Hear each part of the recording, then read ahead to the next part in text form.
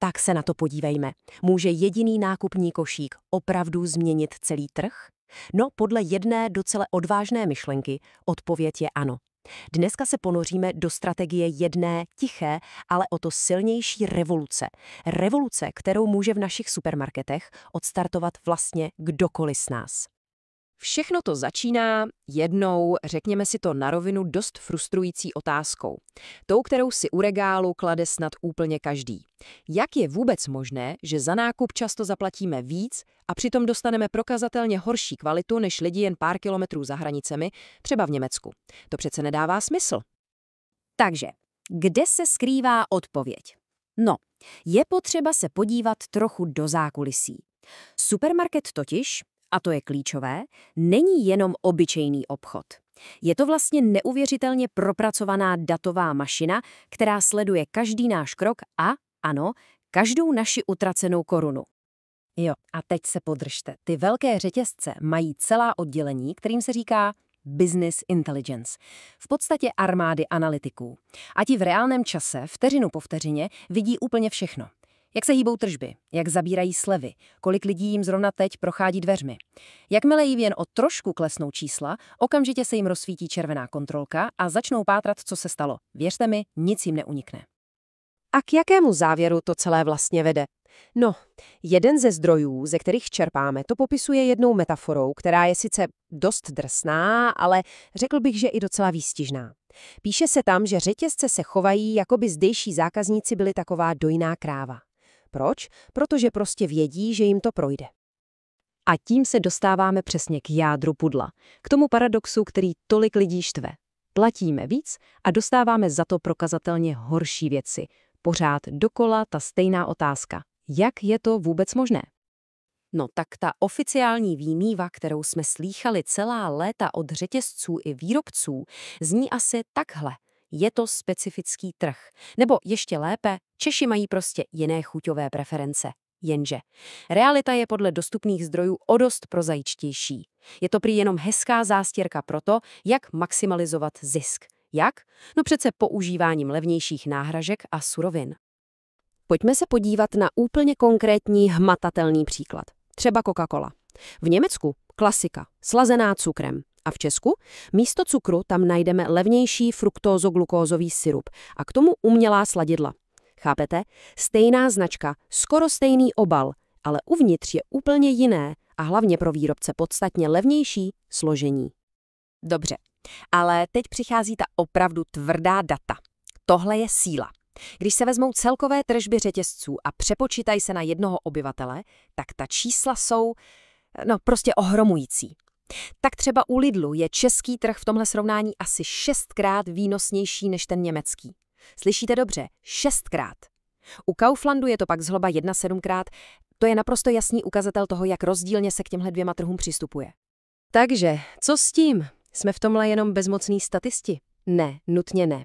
Ta analýza totiž navrhuje jednu překvapivě jednoduchou, ale o to silnější strategii. Je to nenásilná, koordinovaná a čistě spotřebitelská akce.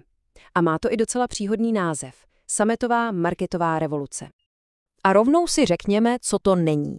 Nejde o žádný chaotický bojkot, že by lidi přestali úplně nakupovat. To by bylo k ničemu. Klíčem je něco úplně jiného. Dlouhodobá a hlavně koordinovaná změna nákupních zvyků. Je to spíš takový chytrý strategický manévr, ne nějaká bolestivá oběť.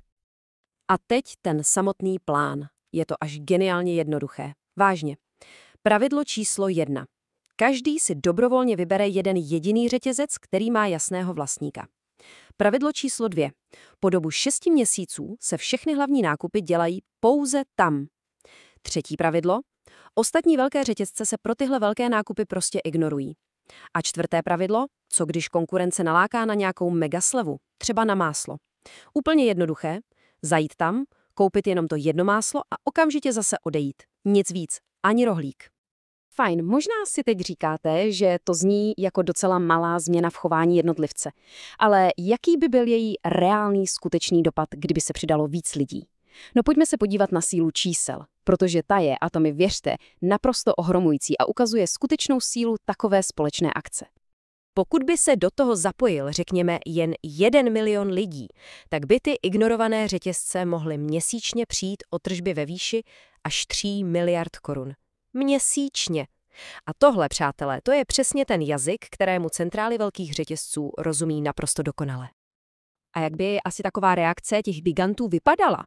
No, dalo by se to odhadnout. První měsíc všimnou si propadu, spustí interní analýzy. Druhý a třetí měsíc v centrálách pravděpodobně zavládne lehká panika a spustí se obrovské reklamní kampaně a slevové akce, aby nalákali lidi zpátky. No a mezi 4. a 6. měsícem, pokud by zákazníci vydrželi a nepovolili, tak by řetězce museli kompletně změnit strategii. Museli by začít snižovat ceny a dovážet kvalitnější zboží, prostě aby si získali důvěru zpátky. Dobře, ale to nejdůležitější je samotná koncovka. Co přijde potom, jak by vypadalo to finální střetnutí, ten konec 6měsíční partie, když by řetězce přešly do plného protiútoku. Je to přesně jako šachová partie. Na každý jejich tah existuje protitah. Takže spustí masivní slevové akce a věrnostní kampaně? Odpověď spotřebitelů. Chirurgicky přesný nákup jen a pouze té jedné zlevněné věci. Nic víc. Rozjedou mediální kampaň o své skvělé kvalitě? Odpověď. Sdílení tvrdých faktů o rozdílech ve složení. Pokusí se v celém hnutí vytvořit zmatek a pochybnosti? Odpověď je jediná. Zůstat disciplinovaný a soustředit se na ten 6měsíční cíl. Takže když si to celé shrneme, klíč k vítězství je vlastně jenom jedna jediná věc. Disciplína. Prostě se nenechat zlákat těmi jejich triky. Cílem přece není urvat si někde dočasnou slevu na máslo. Cílem je něco mnohem většího, vytvoření úplně nového férového standardu na celém trhu. A nakonec to všechno směřuje k jedné jediné otázce. K otázce, která tak trochu mění pohled na každý další nákup. Je každý z nás jenom pasivní zákazník? A nebo jsme všichni součástí jedné velké síly, která má moc aktivně změnit pravidla hry na celém trhu?